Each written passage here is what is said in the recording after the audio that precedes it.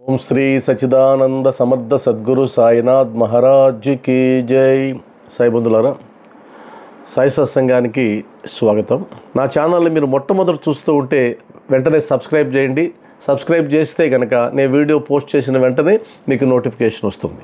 నచ్చితే లైక్ చేయండి, మీ మిత్రులకు షేర్ చేయండి. మరొక అనౌన్స్మెంట్ కూడా ఏంటంటే, ఈ నెల 15, 16 తేదీల్లో శని ఆదివారాల్లో ఒత్తిడి లేని జీవితం సాధ్యమే అనేటువంటి ఆన్లైన్ సత్సంగం ఉంది. మీ మిత్రులకు తెలియజేయండి. నా లీలలు వ్రాసినచో అవిద్య అంతరించిపోవును. నా లీలలు వ్రాసినచో ఏంటి లాభం? రాసిన వారికి ఏంటి లాభం? చదివిన వారికి ఏంటి లాభం? వినిన వారికి ఏంటి లాభం? ఇది కదా ప్రధానం. కాబట్టి రాస్తే గనక అవిద్య పోతుంది, అజ్ఞానం పోతుంది. అసలు అజ్ఞానం ఉంటే ఒక మహాత్ముని యొక్క చరిత్రని రాయడానికి కుదరదు, రాయలేం. ఆ అజ్ఞానాన్ని తొలగించే బాధ్యత ఆయన తీసుకున్నాడు కాబట్టి మనం రాయగలుగుతున్నాం. కాబట్టి ఒక మహాత్ముని యొక్క చరిత్ర రాయడానికి అజ్ఞానంతో మునిగిపోయినటువంటి ఒక హృదయానికి ఆవిష్కరణ చేయాలనేటువంటి అవకాశం కూడా ఉండదు.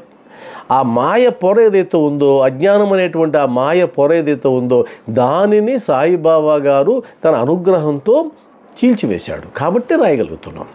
లేదంటే ఎవరికి సాధ్యం? అవిద్య పోతుంది, అజ్ఞానం పోతుంది, ఏది మంచి ఏది చెడు తెలిసిపోతుంది, ఏది శాశ్వతం ఏది అశాశ్వతం తెలిసిపోతుంది, ఏది వాస్తవం ఏది అబద్ధం తెలిసిపోతుంది. అవిద్య పోతే అన్నీ తెలిసిపోతాయి. కాబట్టి రాసిన వారికి అవిద్య పోతుంది. శ్రద్ధాభక్తులతో వారిని వినిన వారికి ప్రపంచమందు వ్యామోహము క్షీణించును. అద్భుతమైనటువంటి మాట. అంటే సచ్చరిత్రను చదివితే, సచ్చరిత్రని వింటే ఏమొస్తుంది లాభం అంటే, నీ కోరికలు తీరుతాయని చెప్తారు మామూలుగా. మీరు ఒక టెంపుల్కి వెళ్ళినా లేదా గురువు దగ్గరికి వెళ్ళినా మీరు పారాయణ చేయండి, పారాయణ చేస్తే మీ కోరిక తీరుతుందని చెప్తారు. వాస్తవానికి ఇది కాస్త మాత్రమే నిజం, మొత్తం నిజం కాదు. ఎందుకంటే కేవలం కోరికలు తీర్చడానికి కాదు బాబావారు వచ్చింది. నిన్ను ఆధ్యాత్మిక ఉన్నతి వైపు ప్రయాణింపజేయడానికి కదా ఆయన వచ్చింది. మరి ఆధ్యాత్మిక ఉన్నతి రావాలంటే ఈ వ్యామోహం పోవాలి, ఈ మమకారం పోవాలి. ఈ మమకారం పోకుండా, ఈ సంసారం ముందు ఆసక్తి పోకుండా నీకు ఆధ్యాత్మిక ఉన్నతి ఎక్కడి నుంచి వస్తుంది? మరి ఆధ్యాత్మిక ఉన్నతిని సాధించకుండా ఆయన ఎందుకు అవతరించినట్టు? ఇంతమంది భక్తులు ఆయన పాదాలు ఎందుకు పట్టుకుంటున్నట్టు? కేవలం మెటీరియలిస్టిక్గా ఉండేటువంటి కోరికల కోసమేనా? కాదు కదా. ఇది వాస్తవం. ఇక్కడ వాస్తవం రాయబడింది.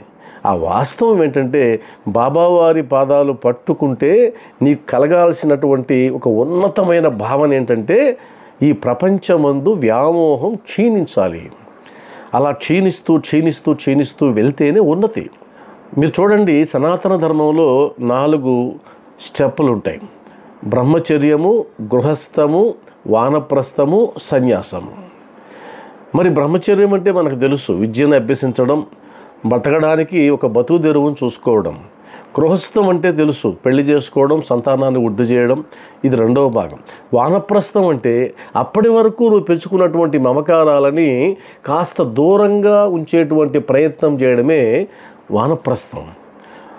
సంసారంలో ఉంటూనే తామరాకు మీద నీటి బొట్టులాగా ప్రవర్తించగలగడమే వానప్రస్థం.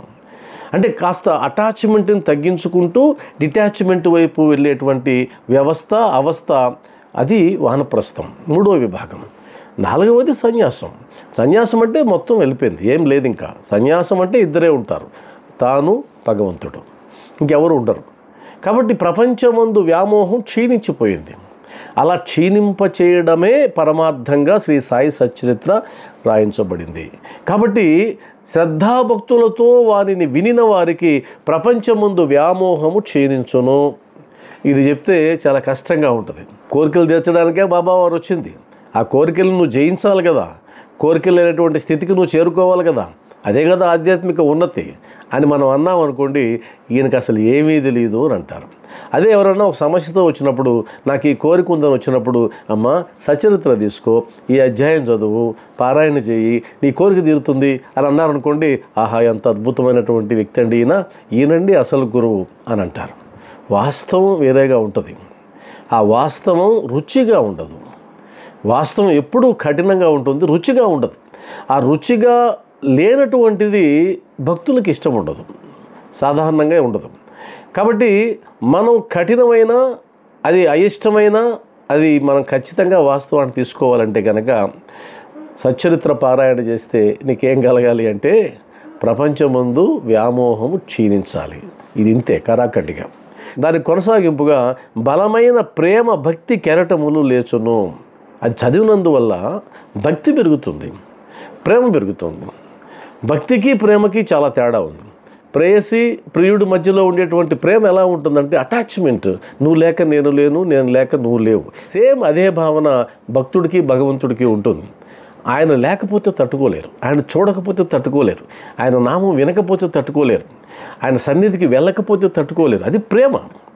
కాబట్టి నిత్యం పారాయణ చేస్తున్నందువల్ల, నిత్యం అధ్యయనం చేస్తున్నందువల్ల భక్తి ప్రేమ కెరటాలు లేస్తాయి.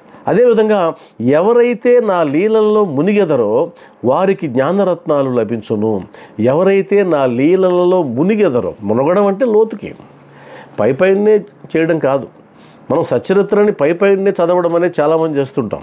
నేను అందుకనే పారాయణని నేను అంతగా సమర్థించను. ఎందుకంటే సైంటిఫిక్గా తీసుకున్నా కూడా ఒక విషయాన్ని మనం గ్రహించిన తర్వాత అదే విషయాన్ని మరలా తీసుకున్నా కూడా నీ సూపర్ కంప్యూటర్ ఏదైతే ఉందో అది తీసుకోదు, వేస్ట్ అయిపోతుంది, అది గ్రహించదు. ఎందుకంటే ఆల్రెడీ ఉంది అది. ఉదాహరణకు మీరు ఒక సినిమాకి వెళ్ళారనుకుందాం, ఆ సినిమాని చూశారు, 2.5 గంటల సేపు ఆనందంగా ఎంజాయ్ చేశారు. మరలా మరుసటి రోజు మిమ్మల్ని కూర్చోబెట్టి అదే సినిమా చూపించారు, మీరు కాస్త అసహనంగా చూస్తారు. 3వ రోజు మరలా అదే సినిమాను చూపించారు, మీరు భరించలేరు. 4వ రోజు సాధ్యం కాదు, పరిగెత్తుకొని వచ్చేస్తారు. మరి అది సినిమా అండి, ఇది భక్తి అండి అనొద్దు. ఏదైనా బ్రెయిన్ ఒకటిగానే తీసుకుంటుంది. కాబట్టి నేనేమంటానంటే పారాయణ కన్నా కూడా అధ్యాయానికే నేను పెద్దపీట వేస్తా. అంటే ఒక అక్షరం చదివినప్పుడు, ఒక వాక్యం చదివినప్పుడు ఆ వాక్యంలో ఏం భావం దాగుంది అనేది ఆలోచించుకుంటూ వెళ్తే అది అలా ఫిక్స్ అయిపోతుంది. అదే చదవాల్సింది. వాస్తవానికి ఇంకొక వీడియోలో అసలు పారాయణ ఎలా చేయాలో కూడా మనం మాట్లాడుకుందాం సైంటిఫిక్ మెథడ్లో. కాబట్టి ఎవరైతే నా లీలల్లో మునిగెదరో, లోతుకు వెళ్తారో వారికి మాత్రమే జ్ఞానరత్నాలు లభిస్తాయి.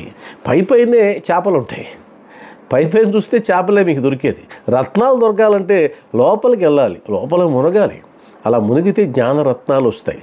ఆ జ్ఞానరత్నాలను పొందడమే సచ్చరిత్ర చదవడం వెనక పరమార్థం. అంతేగాని పైపైనే చదవడం అనేది కాదు, కృత్రిమంగా చదవడం కూడా కాదు. కృత్రిమంగా చదివినందువల్ల ఎలాంటి ప్రయోజనం లేదు. బాబా మీద భక్తి లేకుండా, ప్రేమ లేకుండా కృత్రిమంగా చదివేటువంటి పారాయణ నిరర్ధకం, ఎందుకు పనికిరాదు. కాబట్టి సాయి బంధువులారా, శ్రీ సాయి సచ్చరిత్ర 3వ అధ్యాయం ప్రారంభంలోనే అద్భుతమైనటువంటి సందేశాన్ని బాబావారు ఇచ్చారు. మీరు మొట్టమొదటిసారి నా వీడియోని చూస్తుంటే కనుక కర్లపూడి కృష్ణ అనే నా యూట్యూబ్ ఛానల్ని తప్పకుండా సబ్స్క్రైబ్ చేయండి, లైక్ చేయండి. లైక్ చేయడం ద్వారానే ఈ వీడియో 10 మంది సాయి భక్తులకు వెళ్ళే అవకాశం ఉంటుంది. మీ అనుభవాలని కామెంట్ రూపంలో తెలియజేయండి. మరిన్ని వీడియోలతో మీ ముందుంటాను. నమస్కారం.